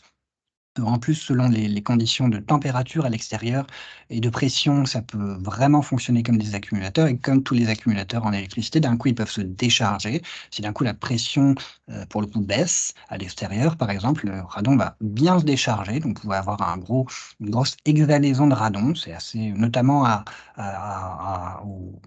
l'embouchure de la grotte, c'est vraiment que là, le radon se concentre le plus, mais bon, c'est pas le sujet, mais bon, c'est intéressant. Et donc voilà, vous voyez que les grottes aussi, même un peu partout, on va dire tous les défauts du sol en tout cas, peuvent, jouer sur la quantité de radon qui remonte à la surface. J'espère que j'ai été clair là-dessus, enfin, que c'était clair pour vous surtout. Donc on est allé microscopique, on est allé sous couche géologique, on est allé un peu plus loin et donc là, c'est simplement pour vous donner quelques ordres de grandeur de la concentration en radon qui est présent, mais partout, hein. Ça, faut savoir que, hem, l'air au-dessus des océans, l'océan contient un peu d'uranium et puis à partir de là, bon, là, il y a pas de couche géologique au-dessus de l'océan, mais vous voyez le truc, même au-dessus de l'océan, il y a un peu de radon. Un volcan, donc un volcan, question faille, question mouvement à l'intérieur du sol, question, gaz qui remonte. Il y a aussi parfois un peu d'eau pas loin. Un volcan, c'est une sympathique cheminée à radon. Alors évidemment, hein, à côté d'un volcan en activité, les risques, sont enfin, la priorité des risques évidemment c'est pas le radon, mais, voilà, question géologie, c'est intéressant. Qu'est-ce qu'on a comme exemple? Un trou dans le s bon là, c'est un peu spécial, mais un trou dans le sol, voilà, un petit trou dans le sol, vous pouvez avoir des concentrations de 200 jusqu'à 200 000 becquerels par mètre cube. Une mine, là, on descend en bas, une mine ventilée, donc c'est pas pour rien qu'elle est ventilée d'ailleurs, de 100 à 2000 becquerels par mètre cube. Concentration, voilà, dans une mine ventilée, 2000 becquerels par mètre cube, c'est déjà beaucoup. Cavité souterraine ventilée, vous voyez, 20 à 2000 becquerels par mètre cube. Voilà, globalement, je dirais l'air ambiant, c'est peut-être cette valeur-là qui est intéressante, de 1 à 100 becquerels par mètre cube et déjà 100, c'est pas mal. Mais donc là, on est vraiment dans l'environnement. On n'a pas encore parlé des maisons, on va en parler un petit peu après. Le maximum que j'ai jamais vu, moi, c'était dans une maison d'ailleurs, c'était 600 000 becquerels par mètre cube. Alors là, c'est 680 000 d'ailleurs dans une maison aux États-Unis. Donc voilà, mais ça c'est, il y a pas de limite arithmétique à la concentration en radon, ça peut monter. Mais, voilà, les ordres de grandeur, c'est de 1 à 100 dans l'air ambiant et puis, jusqu'à 1000 dans des conditions déjà très pénalisantes, une mine, voilà, un peu les ordres de grandeur. Le thermomètre, si je puis dire, du radon. Et là, on va commencer un tout petit peu à rentrer dans la réglementation parce que si vous lisez l'article, 1333-29 du code de la santé publique, vous allez lire et là je cite que «Le territoire national est divisé en 3 zones à potentiel radon, définies en fonction des flux d'exhalation du radon des sols». Alors ça a l'air un peu technique comme ça, mais désormais je crois que vous avez un peu toutes les clés pour comprendre. Potentiel radon, on parle du flux en fait, on parle du flux d'exhalation du radon des sols et ça, je vous ai un peu expliqué que ça dépendait, de la caractéristique des roches, vraiment à la maille, microscopique, que ça dépendait aussi des couches géologiques qui sont derrière, de la concentration en uranium des sols globalement et de la capacité que peut avoir le radon à remonter, présence de failles ou pas. Donc, hein, vous comprenez un petit peu donc, là c'est l'Institut de radioprotection et de sûreté nucléaire qui a pu catégoriser, les roches en trois catégories, enfin classifier plutôt que catégoriser, mais classifier en 3 catégories, un potentiel radon faible, un potentiel radon moyen et un potentiel radon élevé. Voilà. Alors si vous prenez une carte géologique de France, vous voyez qu'il y a un certain, Sylvain, je me permets oui? juste d'intervenir, hein. Je ne sais pas si tu encore 2 ou 3 minutes pour ton intervention, puisque l'heure tourne, là on est les midi moins 10. Voilà, pour juste ton information. Je vais Merci. peut-être finir rapidement. Oui. Et donc voilà, donc vous voyez qu'il y a une certaine, perméabilité avec la géologie. Donc si on zoome un petit peu sur la région Bourgogne-Franche-Comté, vous voyez qu'on a essentiellement des zones potentielles faibles et puis des zones à niveau 3. Ensuite, ça va être mais la réglementation, disons, est paramétrée uniquement par, enfin le point d'entrée dans la réglementation est le potentiel radon des formations géologiques et que vous êtes en niveau 3 élevé ou en niveau, faible. Voilà. Donc simplement, alors je vais zapper rapidement ici, simplement pour vous dire que la concentration en radon Vous avez différentes façons de la mesurer. La mesure, de toute façon, le cas échéant, c'est pas vous qui aurez la responsabilité de la mesure, mais on va simplement s'intéresser, je vous dirai juste un mot là-dessus, sur la mesure finalement intégrée. Donc la mesure intégrée, c'est une mesure qui est faite dans le temps, sur une durée assez longue, de 2 à 3 mois. Donc c'est une mesure vraiment de dépistage qui est simplement uniquement pour, détecter la concentration en radon et mesurer, et avoir des conditions de mesure qui peuvent être comparées à un niveau réglementaire. Ce niveau réglementaire qu'on appelle un niveau de référence qui est de 300 becquerels par mètre cube. Donc je vous avais donné quelques ordres, un petit peu de grandeur avant, dans les mines, dans l'extérieur, là, on a une valeur de référence qui est de 300 becquerels par mètre cube. Une valeur de référence, c'est une valeur, comment dire? Pour le coup, qui a un poids réglementaire. Donc simplement, je vais conclure directement ici. Le, j'ai essayé de vous donner, voilà, quelques éléments un petit peu sur sur la radioactivité en général, sur le radon en particulier. J'ai essayé de vous donner aussi quelques éléments de vocabulaire et de vous permettre de comprendre que le radon était un phénomène naturel, qui était paramétré par un grand nombre de facteurs, donc la quantité d'uranium dans les couches géologiques, profondeur de l'uranium, nature des roches. Néanmoins, tout ça, ça va pas permettre de prédire la concentration en radon dans un bâtiment donné, et voilà, donc c'est vraiment le moment où Karine dirait la multidisciplinarité est importante. On a différentes, casquettes scientifiques et donc moi, ma compétence, on va dire, s'arrête au niveau bâtimentaire et donc c'est là où je vais laisser la parole. Également sur les aspects sanitaires, je vais laisser la parole à l'ARS, qui a, je crois, davantage cette compétence. Voilà. Si vous avez des questions. On verra après. Merci beaucoup. Merci Sylvain. Je vois pas de questions privées dans le chat. On va enchaîner, je pense, avec l'intervention d'Élodie. On reviendra éventuellement après l'intervention d'Élodie sur s'il y a des questions relatives à ton champ de compétences, Sylvain.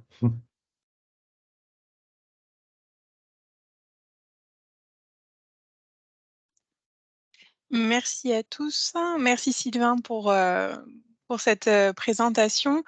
Est-ce que c'est tout bon pour le diaporama? C'est tout bon. Parfait, merci beaucoup. Donc, je me présente, Élodie Austry. Je suis ingénieure du génie sanitaire à l'Agence régionale de santé Bourgogne-Franche-Comté.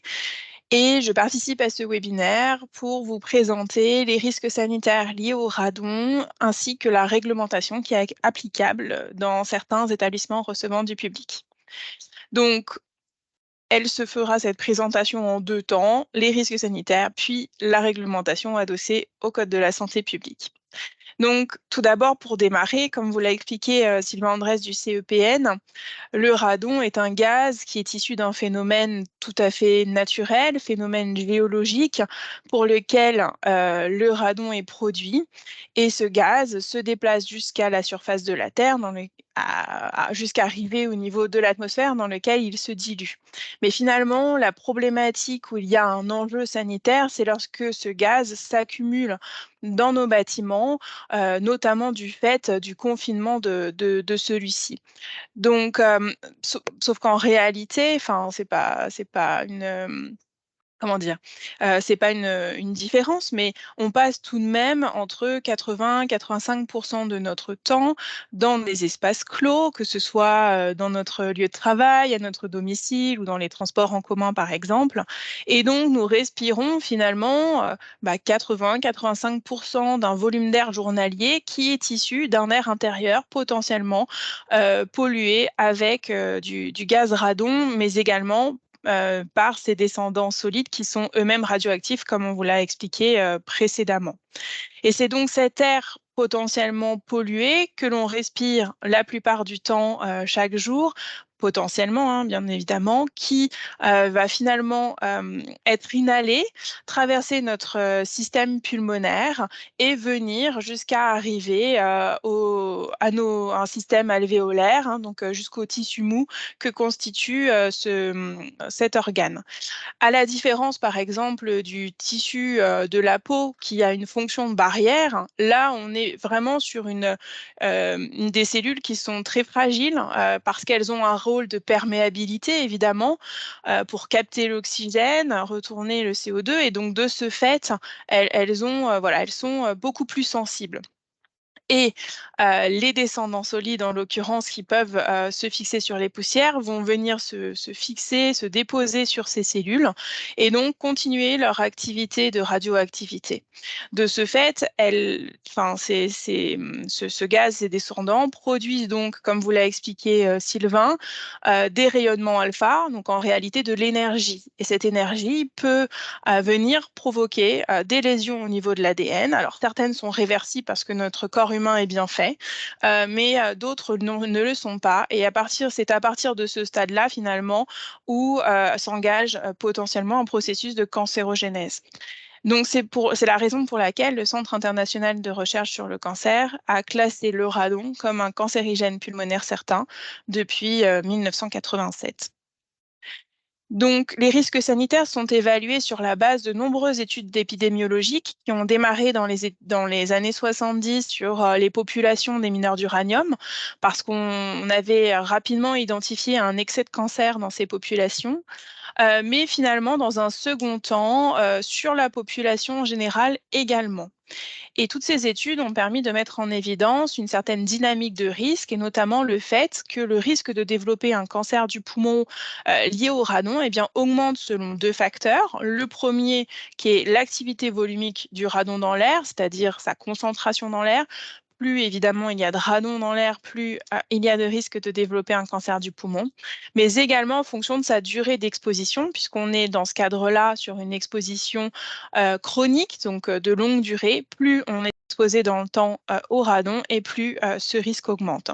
Et c'est l'illustration qui est effectivement démontrée via ce graphique, avec notamment par exemple un pas d'excès de risque, de risque relatif qui, en fait, tous les 100 becquerels par mètre cube augmentent de 16%.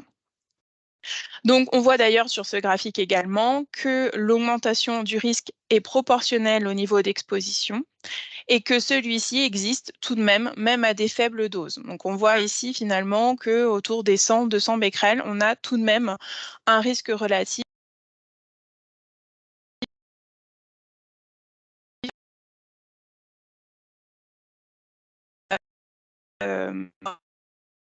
mais voilà, c'est quelque chose qui est important à comprendre. Un autre point aussi qui est absolument pas négligeable pour appréhender le contexte évidemment d'exposition dans lequel chaque individu évolue, puisqu'on est généralement pas exposé à un seul facteur environnemental, mais évidemment tous les déterminants de santé reposent également sur notre patrimoine génétique, sur nos comportements. Et là, en l'occurrence, eh bien, on a vraiment une synergie d'effets lorsqu'on cumule un facteur d'exposition lié au radon avec le tabac. On est sur ce qu'on appelle un effet submultiplicatif, c'est-à-dire que les effets font plus que s'additionner, mais un peu moins que se multiplier. Mais néanmoins, finalement, eh bien, ce risque est 25 fois plus important, lorsqu'on cumule ces deux expositions, tabac et radon. Et puis enfin, donc le délai de latence, c'est le délai à partir duquel on commence à voir apparaître des symptômes, est relativement variable en fonction des individus, bien évidemment, entre 5 à 30 ans, mais on est quand même sur une moyenne de l'ordre de 19 à 25 ans. Donc voilà, on est quand même sur un pas de temps très long d'exposition. Donc le radon est considéré aujourd'hui comme le deuxième facteur de risque du cancer du poumon après le tabac. Et une étude assez récente de 2018 qui a été portée par l'ANSES et l'IRSN estime à 4000 nouveaux cas de cancer du poumon par an en France qui seraient attribuables au radon domestique, seul ou cumulé à d'autres facteurs.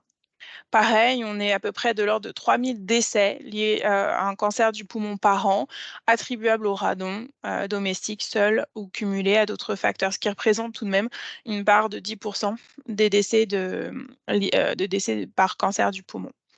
Et puis, il me permet donc un focus sur l'interaction radon-tabac, parce que comme je vous ai précisé, on est vraiment sur un effet synergique important. Et donc, une autre étude a permis d'évaluer la part finalement de cancer du poumon attribuables au radon en lien avec le tabagisme. Et donc, sur 100 décès par cancer du poumon, eh bien, 75% d'entre eux étaient fumeurs actifs, 20% étaient anciens fumeurs et 5% d'entre eux n'ont jamais fumé. Donc, on voit qu'il y a tout de même une part non négligeable de cancer du poumon lié au radon seul comme exposition, mais que, évidemment, l'interaction tabac-radon est extrêmement prépondérante. Donc, la réglementation dans les établissements recevant du public, qui est inscrite dans le Code de la santé publique, va chercher évidemment à protéger certaines populations de ce risque radon. Donc, la première population, ça reste évidemment les personnes fragiles, jeunes enfants ou personnes avec déjà des pathologies. Mais également des personnes qui sont hébergées sur le long terme dans certains établissements ou pour lesquels l'établissement dispose d'un milieu plus favorable à la présence de radon, mais on verra ça sur la diapositive d'après. Donc la réglementation, aujourd'hui, elle impose dans certaines circonstances une obligation de surveillance, c'est-à-dire d'évaluation de l'exposition réelle dans un bâtiment, en fonction de sa situation géographique. Et cette évaluation de la situation géographique, elle repose sur une cartographie qui a été produite par l'IRSN et qui est aujourd'hui inscrite par arrêté du 27 juin 2018 et qui définit donc des zones à potentiel radon.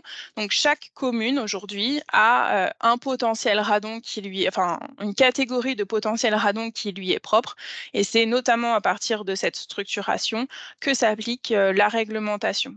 Donc je reviens pas sur forcément la façon dont a été constituée cette cartographie parce que Sylvain vous l'a présentée, mais néanmoins ce qui est important de retenir, c'est qu'elle repose essentiellement sur de la modélisation en fonction des teneurs d'uranium présents dans le sol. Et éventuellement, pour ce qui est des zones 2, des facteurs géologiques qui peuvent favoriser la remontée du radon. Donc aujourd'hui, vous voyez que sur la région Bourgogne-Franche-Comté, on a certains territoires qui sont effectivement plus marqués en termes de teneur en uranium que d'autres, mais on verra par la suite que ça ne veut pas dire que vous n'avez pas de radon dans votre bâtiment parce que vous êtes en zone 1 et 2. En tout cas, donc, sur la région Bourgogne-Franche-Comté, nous avons 539 communes qui sont classées en zone 3 et donc qui, de ce fait, nécessitent une surveillance un peu plus approfondie. Mais j'y viens justement dans cette diapositive. Alors, quels sont les établissements recevant du public qui sont soumis à la réglementation radon? Comme je l'ai dit tout à l'heure, ce n'est pas tous les établissements. Donc, on a les établissements d'enseignement, les établissements d'accueil collectif d'enfants de moins de 6 ans, les établissements sanitaires, sociaux et médico-sociaux avec hébergement, les établissements thermaux et les établissements pénitentiaires du fait qu'ils accueillent des personnes sur des très longues durées. Cette réglementation s'appuie sur un seuil qui est un niveau d'action et non pas un seuil sanitaire comme on aurait pu penser, parce que je vous ai montré tout à l'heure qu'on pouvait avoir des premiers effets apparaître déjà à des faibles doses, mais là on est bien sur un seuil pour lequel on considère qu'à partir de ce niveau-là, il est important d'agir pour diminuer l'exposition des occupants en agissant notamment sur le bâtiment. Donc, ce seuil est défini à 300 becquerels par mètre cube, mais il sert également de niveau de référence pour d'autres réglementations comme celle du Code du travail ou aussi pour l'habitat qui n'a pas de réglementation en tant que telle. Mais voilà, ça permet d'avoir un niveau de comparaison et qui permet de réfléchir dans l'engagement d'actions de remédiation. Donc, ces établissements que j'ai déjà cités sont soumis à la réglementation lorsqu'ils sont situés sur une commune en zone 3, c'est-à-dire à potentiel radon significatif, mais également lorsqu'ils sont sur des communes en zone 1 ou 2, à partir du moment où, par le passé, on a eu connaissance de dépassements dans ces établissements. Parce qu'il faut savoir que la réglementation avant 2018 était basé sur une échelle départementale et que l'ensemble de ces établissements, parce qu'ils étaient en département prioritaire, devaient réaliser des mesures de terrain, ce qui nous permettait de connaître au moment où on a basculé sur une échelle communale si l'établissement en question présentait déjà une exposition au radon ou pas. Et donc, lorsque c'était le cas, eh bien, ces établissements poursuivaient et poursuivent encore aujourd'hui la mise en œuvre de la surveillance obligatoire. Alors, quelles sont donc les différentes actions à mener dans le cadre de cette réglementation? Donc, la première action finalement à réaliser, c'est un dépistage initial, c'est-à-dire qu'on va venir chercher, enfin mesurer et évaluer les niveaux d'exposition dans les bâtiments qui accueillent du public. Donc, c'est un dépistage qui se fait obligatoirement par le biais d'un organisme agréé de niveau 1. Donc, ces organismes sont agréés par l'autorité de sûreté nucléaire et vous pouvez retrouver la liste de ces organismes sur le site de l'autorité de sûreté nucléaire. Donc, ce dépistage initial permet d'évaluer les niveaux d'exposition et en fonction des résultats, vous avez différentes mesures de gestion à engager. Donc, le premier scénario, c'est lorsque tous les résultats sont inférieurs à 300 becquerels par mètre cube. Eh bien, dans ces cas-là, on demande uniquement un second dépistage, qu'on appelle un dépistage décennal, puisqu'il a lieu 10 ans après. Ou alors, si vous engagez des travaux qui peuvent potentiellement modifier de la ventilation ou l'étanchéité des locaux, eh bien, refaire un dépistage, puisque potentiellement, vous pouvez modifier, alors positivement ou négativement, les conditions de présence du radon dans le bâtiment. Deuxième scénario, si au moins un des résultats est compris entre 300 et 1000 becquerels par mètre cube. Dans ce cas-là, on demande au propriétaire du bâtiment de mettre en œuvre ce qu'on appelle des actions simples sur le bâtiment. Donc, ça peut être de l'entretien de ventilation ou de la vérification, du comblement de défauts d'étanchéité, etc. Donc, ce sont des petites actions qui peuvent permettre de revenir sous le seuil des 300 becquerels par mètre cube. Donc, toute action menée, de toute façon, doit être vérifiée. Et c'est l'objet justement de cette réglementation qui s'appuie sur des objectifs de résultats et pas des objectifs de moyens. Donc, on n'est pas sur on réalise des actions et on tourne la page, mais il faut vraiment s'assurer que les actions qui ont été menées ont permis de revenir sous ce niveau d'action de 300 becquerels par mètre cube. Et pour ça, on réalise un contrôle d'efficacité, donc on refait des mesures. Et si les résultats de ces nouvelles mesures montrent qu'on est bien sous le seuil des 300, dans ces cas-là, on revient sur la situation 1, c'est-à-dire dépistage dans 10 ans ou sauf si travaux. Par contre, si ces résultats sont toujours au-dessus des 300 becquerels par mètre cube, dans ces cas-là, on arrive sur le scénario 3, qui est le même que pour les établissements qui disposaient, dans le cadre de leur dépistage initial, d'au moins une valeur supérieure à 1000 becquerels par mètre cube. Dans ce cas, les établissements doivent réaliser ce qu'on appelle une expertise bâtimentaire, c'est-à-dire une évaluation plus poussée des facteurs bâtimentaires pour comprendre finalement comment le radon entre et circule dans le bâtiment. Donc, on va aller regarder les soubassements, la ventilation, etc. Et cette expertise permet aussi finalement de mieux cibler les actions qui seront efficaces dans la remédiation du radon. Alors, il est possible dans certains le cas de ce second point, qui est l'investigation complémentaire. Mais dans certaines situations, il peut être intéressant pour certains établissements qui sont un petit peu complexes de... Ah,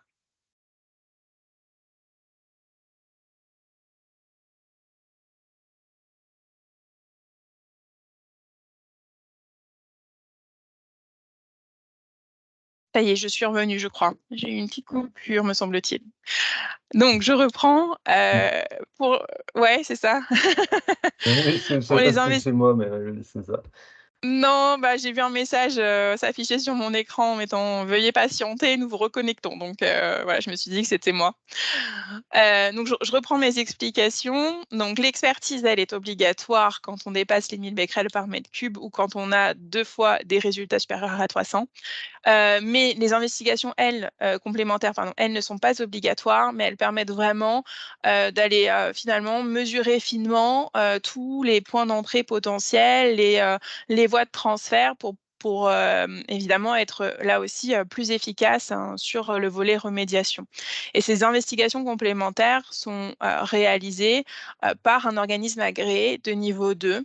Donc pareil, vous pouvez retrouver sur le site de l'ASN la liste des OA2 qui peuvent réaliser ces investigations. Donc, une fois que que l'établissement a réalisé cette expertise, voire éventuellement ces investigations complémentaires, eh bien, des travaux de remédiation sont réalisés. Et comme pour le deuxième scénario, on vérifie toujours l'efficacité de ces actions par le biais d'une nouvelle mesure. Si on est revenu en dessous du seuil, très bien, dépistage dans 10 ans. Sinon, eh bien, on reprend le chemin, la boucle, et on recommence. On reprend l'expertise pour voir qu'est-ce qui n'a finalement, enfin, qu'est-ce qui aurait pu être fait de plus. On essaye de comprendre pourquoi ça n'a pas été suffisant et on s'améliore en termes de travaux pour revenir sous ce seuil des 300 becquerels par mètre cube. Donc, pour tout ça, eh bien, la réglementation impose un délai de 3 ans à partir du moment où vous avez réalisé et obtenu les résultats de votre dépistage initial. Donc, c'est jusqu'à un contrôle d'efficacité efficace. La seule solution aujourd'hui pour sortir de cette obligation de surveillance, c'est d'obtenir 2 dépistages décennaux avec une activité volumique inférieure à 100 becquerels par mètre cube. Donc, à ces mesures de gestion s'ajoutent des obligations de conservation de l'information et de communication. En l'occurrence, les rapports d'analyse de dépistage doivent être consignés dans un registre de sécurité. Les résultats doivent être affichés à l'entrée de l'établissement en faisant apparaître la valeur la plus élevée de manière lisible, et ce, sous un délai d'1 mois. Les résultats de mesure sont également communiqués aux personnes qui fréquentent l'établissement, bien entendu. Et lorsqu'une expertise est nécessaire, c'est-à-dire soit lorsqu'il y a des mesures supérieures à 1000 becquerels par mètre cube ou que on est dans une situation d'action simple mais qui n'a pas permis de revenir en dessous du seuil des 300, eh bien, on en informe le préfet dans un délai d'1 mois. Donc aujourd'hui, les opérateurs, les organismes agréés qui réalisent ces dépistages ont l'obligation de déposer les rapports sur une plateforme nationale à laquelle l'ARS a accès. Alors, il y a des délais qui sont plus ou moins longs, parfois des oublis de la part des opérateurs. Donc, n'hésitez pas à revenir auprès de nous si vous avez des questions en termes de réglementation ou de tout simplement d'interprétation des rapports, ou de voir l'accompagnement, les conseils techniques en lien avec les travaux de rénovation énergétique, comme le suggérait David tout à l'heure avec le programme Reset. Mais en l'occurrence, côté ARS, nous avons quand même une vision relativement globale de la situation des établissements sur la région. Et donc, je vous propose voilà, une vision assez macro finalement des situations de dépassement au radon dans les ERP. En l'occurrence, on voit donc que évidemment le nombre de RP reste très hétérogène d'un département à l'autre, puisque évidemment c'est fonction du zonage, mais pas que, c'est aussi fonction des précédents résultats de mesure. Donc par exemple, la Saône-et-Loire a un nombre de RP extrêmement important soumis à la réglementation. Et puis vous avez par exemple le Doubs qui finalement, enfin là comme ça, on se dit bah tiens, pourquoi lui il n'a que des établissements en zone 1-2 et pour autant un nombre non négligeable d'établissements soumis à la réglementation, tout simplement parce que le Doubs était un ancien département prioritaire pour lequel les établissements avaient déjà engagé des mesures. Et aujourd'hui, on soupçonne que certains établissements qui se situent notamment dans le Haut-Doubs sont sur des secteurs karstiques et donc seraient également soumis, entre guillemets, à une remontée facilitée par les cavités karstiques et donc potentiellement exposés au radon. Mais néanmoins, il faut bien comprendre aussi par cet exemple du Doubs que finalement on peut, et ça on le voit très bien nous avec les résultats de mesure, avoir deux bâtiments qui sont sur une même parcelle, donc exposés potentiellement aux mêmes conditions de remontée du radon vis-à-vis du sous-sol, mais qui peuvent différer d'un facteur 10 en termes de niveau d'exposition dans le bâtiment, parce que les facteurs bâtimentaires sont extrêmement vont vraiment influencer les niveaux de concentration du radon qu'on va retrouver dans le bâtiment. Un bâtiment qui sera très bien isolé du sous-sol et très bien ventilé va faire sortir le peu de radon qui rentre et donc va avoir des niveaux de radon très faibles. A contrario, un bâtiment qui se trouve juste à côté mais qui est extrêmement perméable et très confiné, enfin, et, en tout cas avec une mauvaise ventilation par exemple, lui va concentrer le radon à l'intérieur de ces espaces. Donc, il est extrêmement important de comprendre que le zonage, comme on le voit d'ailleurs ici et on le verra dans la diapositive d'après, ne se suffit pas à lui-même pour estimer qu'on est ou pas exposé au radon dans un établissement et que le seul moyen de toute façon de le savoir, eh bien, c'est de mesurer. Donc, on est sur un taux de dépistage qui est quand même plutôt bon sur la région. À noter des départements qui le sont un petit peu moins, mais cela s'explique parce que c'était des départements qui n'étaient pas prioritaires par le passé, qui sont entrés dans la réglementation assez récemment, hein, 2019-2020, et donc qui s'engagent voilà, en continu, encore aujourd'hui, sur des dépistages initiaux. En termes de dépassement du seuil des 300 becquerels par mètre cube, donc aujourd'hui on suit plus de 1000 établissements qui sont soumis à la réglementation. Et à peu près un quart d'entre eux ont des valeurs qui dépassent le seuil des 300 becquerels par mètre cube, dont 3% qui dépassent les 1000 becquerels par mètre cube. Et ces dépassements sont évidemment variables selon la zone, donc très prépondérantes évidemment en zone 3, mais également présentes en zone 1 et 2. Je vous propose rapidement un petit focus sur les établissements sanitaires et médico-sociaux, puisque c'est l'objet du webinaire d'aujourd'hui. Donc, sur les 1104 établissements recevant du public qui sont soumis à la réglementation, eh bien, 175 relèvent de la catégorie des établissements sanitaires et médico-sociaux, ce qui représente à peu près 30% de l'ensemble des ESMS de la région. Et donc, on voit donc, sur ce graphique qui est issu d'un bilan de cette année, donc il y reste 12% des établissements qui, pour le moment, n'ont pas encore fait leur dépistage initial. La moitié qui sont tout à fait conformes à la réglementation. Ensuite, vous en avez 22% qui sont conformes et pour lesquels on attend le dépistage décennal. Et puis, vous en avez donc 17% à peu près, hein, moins d'un quart, qui dépassent le seuil des 300 becquerels par mètre cube, dont 4 établissements qui sont dans des situations où on dépasse les 1000 becquerels par mètre cube. Voilà. Donc, en conclusion, par rapport à ce bilan, il faut noter évidemment que ces établissements, lorsqu'ils sont en zone 3, eh bien, peuvent présenter de manière un peu plus fréquente des dépassements, mais pas que, qu'il est important finalement de mesurer pour savoir si on est exposé. En complément également, sachez que au niveau national, dans le cadre du plan d'action radon 4, eh bien, l'IRSN poursuit l'évolution de sa cartographie notamment en se basant premièrement sur les données de terrain, mais également sur une étude spécifique vis-à-vis de l'impact du secteur karstique, notamment sur les zones 1 et 2, comme l'exemple que je vous ai présenté tout à l'heure avec le Haut-Doubs. Et enfin, je termine presque, mais en faisant un pont néanmoins avec la réglementation issue du Code du travail. Pourquoi? Parce que dans un établissement recevant du public, eh bien, certes, on va se préoccuper de la santé des gens qu'on accueille, mais il travaille évidemment aussi des personnels, des salariés qui sont de ce fait forcément eux aussi potentiellement exposés. Et donc aujourd'hui, le radon, eh bien, c'est considéré comme un risque professionnel au titre titre du Code du travail pour lequel l'employeur doit mettre en place des mesures de prévention.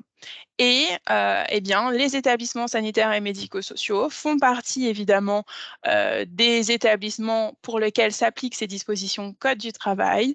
Et ce n'est pas évidemment que pour les salariés aussi du privé, mais aussi pour les fonctions publiques d'État et territoriales. Donc on est d'ailleurs sur une évolution assez concordante avec celle qui a eu lieu pour le Code de la santé publique, hein, avec donc une évolution en 2018.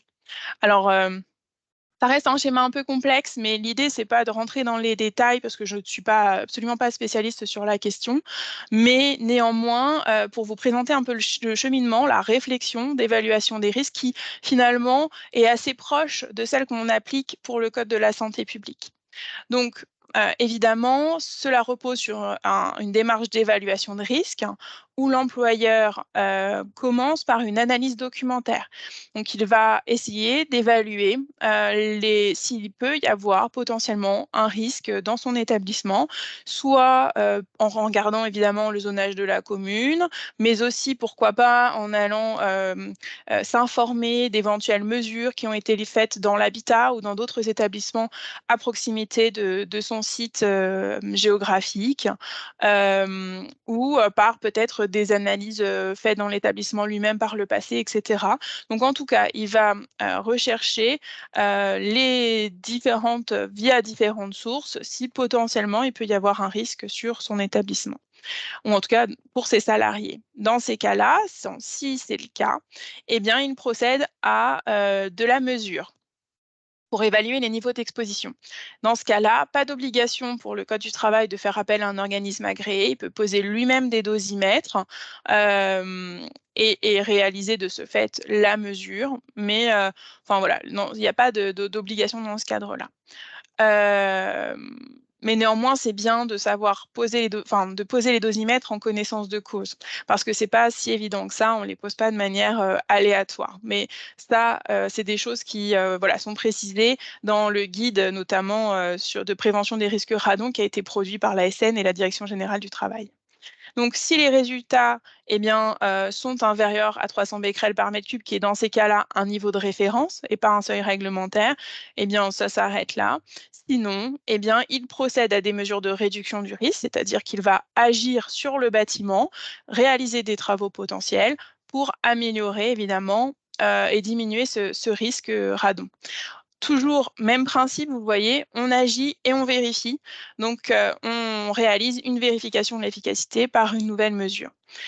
Si malheureusement les concentrations en radon sont toujours importantes, eh bien dans ces cas-là, il y a une étape supplémentaire qui est faite d'évaluation dosimétrique où on va chercher à évaluer la dose réellement absorbée par les salariés en fonction des organes plus ou moins touchés. Et un seuil à 6 millisieverts par an a été défini. Si eh bien, il est inférieur à ce seuil, dans ces cas-là, on poursuit la surveillance, mais sinon, cela implique à l'employeur d'adapter son organisation de travail pour s'assurer finalement que ses employés ne dépassent jamais cette dose efficace de 6 millisieverts par an. Donc ça sous-entend soit définir des zones radon ou des temps de présence dans certaines zones plus à risque de manière un peu moins importante. En tout cas, voilà, s'assurer de ça et puis aller un petit peu plus loin, définir un conseiller en radioprotection, etc. Je ne rentre pas forcément dans le détail, mais c'est pour que vous compreniez un petit peu le cheminement et le parallèle qu'on peut faire, parce que dans un établissement, il n'y a pas qu'une catégorie de population, évidemment. Voilà, j'en termine par juste vous balayer de manière non exhaustive quelques documents qui existent. Donc, vous avez évidemment un guide qui a été fait par l'ASN qui, à la base, est prévu pour les collectivités territoriales, mais qui reprend tout un volet sur la réglementation, du coup, qui fonctionne bien sûr aussi pour les établissements sanitaires et médico-sociaux. Sur le site de l'ARS, vous avez l'ensemble des informations à peu près que je vous ai présentées aujourd'hui qui sont reprises avec d'autres liens éventuellement. Le site du ministère de la Santé et de la Prévention également, avec une foire aux questions. L'ASN a également sa foire aux questions avec un pendant plutôt populationnel et un pendant plutôt professionnel. Et enfin, je vous invite à visiter le site internet qui s'appelle Juradbat, qui est présenté ici, où vous trouverez, en fonction de votre profil, eh bien, différentes informations qui sont adaptées à votre situation. Donc, ça peut être tout simplement sur le risque sanitaire, la réglementation, mais aussi comment mesurer, où trouver des dosimètres. Vous avez beaucoup de fiches techniques aussi sur les différents travaux qui peuvent être mis en œuvre dans un établissement, des petites vidéos explicatives, etc., etc. Donc, il y a voilà, beaucoup d'informations. C'est un site qui est très riche parce qu'il a été aussi produit par des chercheurs. Donc, voilà, cela reste une porte d'entrée supplémentaire, en tout cas, pour obtenir de plus amples informations. Voilà, je vous remercie de votre attention. Merci Elodie. En lien avec ce que tu as présenté, on a une question sur la liste des ERP concernés justement par la surveillance justement du radon. Est-ce qu'il y a une liste du coup disponible ou puisque justement tu as pu analyser ceux qui étaient qui avaient pu réaliser les mesures et tu as pu je pense consulter sur la plateforme de dépôt qu'utilisent les organismes agréés. Voilà. Oui, C'était alors, juste avant, est-ce que vous voyez encore le PowerPoint ou pas? non. Non, c'est bon, le partage, c'est bien enlevé. Très bien. Alors, en fait, les établissements soumis à la réglementation, comme je vous l'ai dit, doivent cumuler en fait deux facteurs, la catégorie d'établissement et la zone, voire éventuellement les précédents résultats. Alors, on n'a pas de liste fixe d'établissements. Par contre, ce qui est posé par instruction, ce sont les catégories d'établissements en fonction du code APE. Donc, si vous avez évidemment un doute par rapport à l'obligation de votre établissement, vous vous rapprochez du code, enfin, vous obtenez le code APE de votre établissement et ça vous permet de voir si vous êtes ou pas soumis à la réglementation. En l'occurrence, pour tout ce qui est activité hospitalière, le code APE 8610Z, par exemple, est bien soumis. Et puis, pour tout ce qui est EHPAD, c'est le 8710A, etc., etc. Mais tout ça est posé par instruction. Donc, au besoin, c'est un document que vous pouvez trouver sur Internet ou qu'on peut vous partager facilement.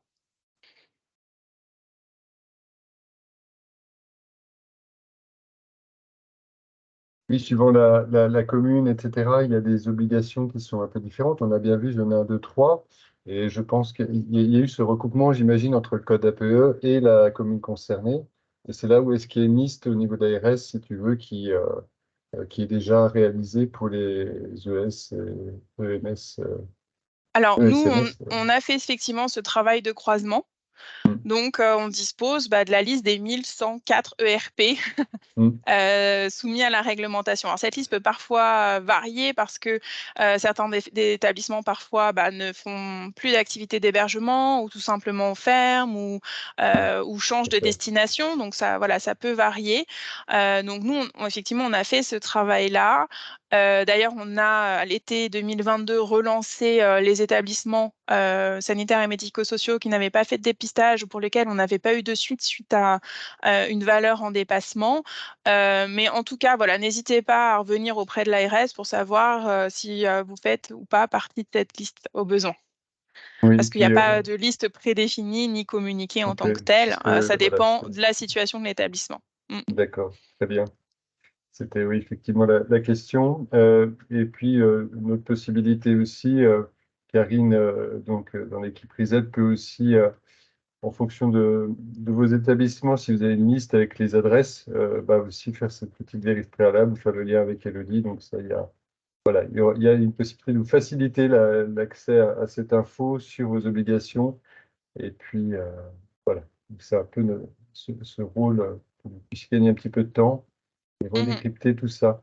Vous rappelez voilà, ce qu'il faut réaliser.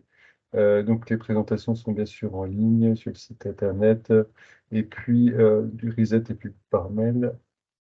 Et les établissements d'accueil de jour sont-ils soumis à ces obligations? Il y a une notion d'hébergement quand même, hein, mais Oui. si tu peux confirmer, est-ce que accueil de jour concerné ou pas? Alors, tout dépend je dirais, du code APE de l'établissement, donc du type d'activité. Si c'est un accueil de jour simple, je ne pense pas. Donc voilà, mais je préfère vérifier établissement par établissement parce que en fonction du type de population, on peut avoir des variations. Mais sur les établissements, en tout cas sanitaires et médico-sociaux, effectivement, la notion d'hébergement est essentielle et présente pour l'ensemble des codes APE. Et la notion Par contre, propriétaire ou gestionnaire, là, on a la Pardon, question par aussi. contre, David, Ouais. juste pour compléter, par exemple, pour les enfants, c'est un peu différent. Pour les enfants, c'est de l'accueil de jour, évidemment, dans les établissements scolaires ou dans les accueils crèches, etc., maisons d'assistance maternelle. Donc, tu vois, voilà, c'est juste pour montrer que dans certaines circonstances, ça peut être voilà, juste de l'accueil. Oui, là, c'est moins ponctuel, effectivement. Mm. Il y a la question et la notion, souvent d'ailleurs, quand on accompagne les établissements, les organismes gestionnaires, entre la notion de propriété et de locataire. Et là, pour le coup, il faut que si on est locataire des murs, il faut qu'on se rapproche du coup du propriétaire qui peut être un bailleur ou une SCI, c'est ça, pour que le propriétaire fasse les démarches ou c'est en tant Mm, mm. que c'est ça, hein, c'est bien le Alors, propriétaire. oui, en fait, le propriétaire, effectivement, est responsable de l'enveloppe bâtimentaire et donc aussi, enfin, notamment toute la partie dépistage des travaux.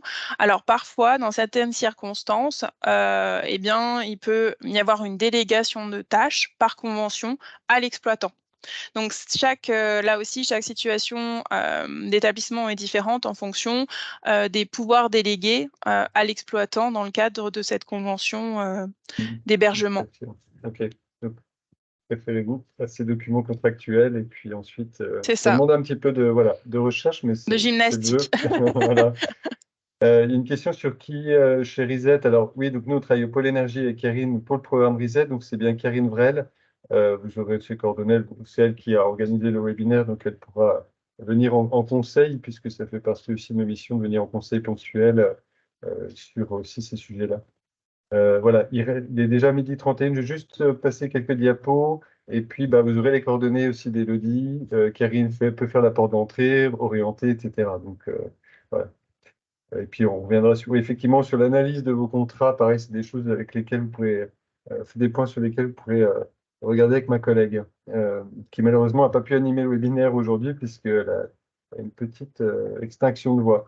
Donc, je vous présente, je vais partager mon écran justement sur l'accompagnement. Ça fait, je dirais, une bonne transition sur au quotidien pour le programme. Hop, alors, je ne sais pas si vous voyez mon écran. Elodie, si tu peux me confirmer que c'est de ton côté en C'est tout bon. retour, on a le diapo. Ouais. Je vais pas revenir sur ces enjeux-là parce qu'il nous reste vraiment, on a déjà un petit peu dépassé le temps. On voit qu'il y a effectivement des mesures pour pallier ou en tout cas réduire cette concentration de gaz radioactifs. Et ça, on peut venir effectivement plus en appui sur ces sujets-là. À savoir que le pôle énergie forme aussi met en réseau des professionnels du bâtiment. Il y a un vrai sujet aussi, on n'en a pas parlé pendant ce webinaire. Que vous soyez informés, c'est bien, mais aussi de notre côté, au niveau du pôle énergie, il y a des actions de sensibilisation, de communication aussi auprès des architectes, bureaux d'études, concepteurs et entreprises du bâtiment qui sont prévues, ou qui vont être renforcées, qui ont déjà été organisées par le passé. Donc, il est important aussi que les intervenants sur vos opérations soient aussi en capacité de répondre. Donc, s'il y a des travaux de rénovation énergétique, donc il faut bien sûr analyser les résultats, puisque vous devez en disposer, ou si vous n'en disposez pas, bah, voilà, il y a, et ça, Elodie en a parlé, de faire peut-être des mesures préalables à la réalisation de travaux, notamment de ventilation ou d'étanchéité à l'air des locaux, puisque vous avez bien vu le lien très fort entre le renouvellement d'air et puis la concentration du radon. Donc voilà. Et à l'inverse, effectivement, si les mesures avant projet étaient supérieures, il est intéressant de profiter donc des travaux de rénovation pour traiter le polluant. Tout ça, c'est, je pense, assez clair. Et il peut y avoir des actions d'économie d'énergie, c'est-à-dire que là, on n'est pas sur du travaux lourd, mais pour le coup, s'il y a des modifs au niveau des systèmes de renouvellement d'air, hein, on change On passe sur une VMC, c'était une centrale de traitement d'air double flux en remplacement d'un système de ventilation qui existait jusque maintenant. Voilà, il faut effectivement, il y a un intérêt de se pencher sur le sujet du radon et de faire quelques mesures préalables et des mesures post-travaux. Voilà. Et comme disait Elodie, et Karine pourra être là en appui, il y a des modalités de mesure, des dosimètres, comment on les pose, comment on les utilise, en cas d'autocontrôle aussi. Ça, c'est important. Et puis, voilà, anticiper les conséquences. On peut diminuer les débits de renouvellement d'air dans des locaux après travaux. Donc, effectivement, c'est des éléments à prendre en compte puisqu'on diminue le débit pour faire des économies d'énergie en respectant aussi, il y a des seuils réglementaires de renouvellement d'air dans les locaux. Hein. Il y a les règlements sanitaires départementaux, il y a le code du travail avec des débits minimums. Après, les conseillers sur certaines effectivement zones, si en tout cas on conseille de faire ces dépistages-là, d'augmenter les débits quand même. On peut faire des économies d'énergie aussi d'autres manières. Donc voilà, il faut un peu concilier ces deux aspects-là. Voilà, économie d'énergie liée au renouvellement d'air, mais aussi cette question du radon. D'où l'intérêt de mettre en place, en tout cas d'en parler au moment de la programmation du programme technique, si vous êtes sur une opération un peu lourde, avec l'équipe de programmation. Et puis il y a plus particulièrement sur un territoire, Karine a accompagné un établissement justement qu'on appelle un site école pour justement caler une méthode de travail qui puisse être après, et des outils qui puissent être après déployés, communiqués auprès de l'ensemble des établissements de la région. Donc, c'est souvent comme ça qu'on fonctionne. D'ailleurs, dans le cadre du programme RESET, c'est qu'on expérimente avec quelques structures volontaires qui sont fortement concernées par cette question du radon pour justement apporter des connaissances, faire de la mesure, travailler sur l'organisation aussi de la structure, des personnes concernées, puisque ça concerne généralement pas qu'une personne, cette question du radon, mais comme plein d'autres sujets. Et puis, de s'assurer effectivement qu'après travaux, on soit sur un bâtiment qui reste sain pour ses occupants. Et vous avez vu les conséquences. D'ailleurs, Elodie en a parlé très clairement dans son introduction. Donc, l'idée, c'est effectivement de ne pas créer des bâtiments malsains en voulant bien faire. Voilà. Et puis, donc, de partager des retours d'expérience. Il y aura un webinaire, d'ailleurs, d'ici quelques mois, suite à cette expérimentation, pour justement avoir des témoignages de vos collègues, confrères, qui ont travaillé ce sujet-là. Et ce sera intéressant, justement, je pense, d'avoir un feedback direct. Donc, suite à ce premier niveau de connaissance. Voilà, j'espère que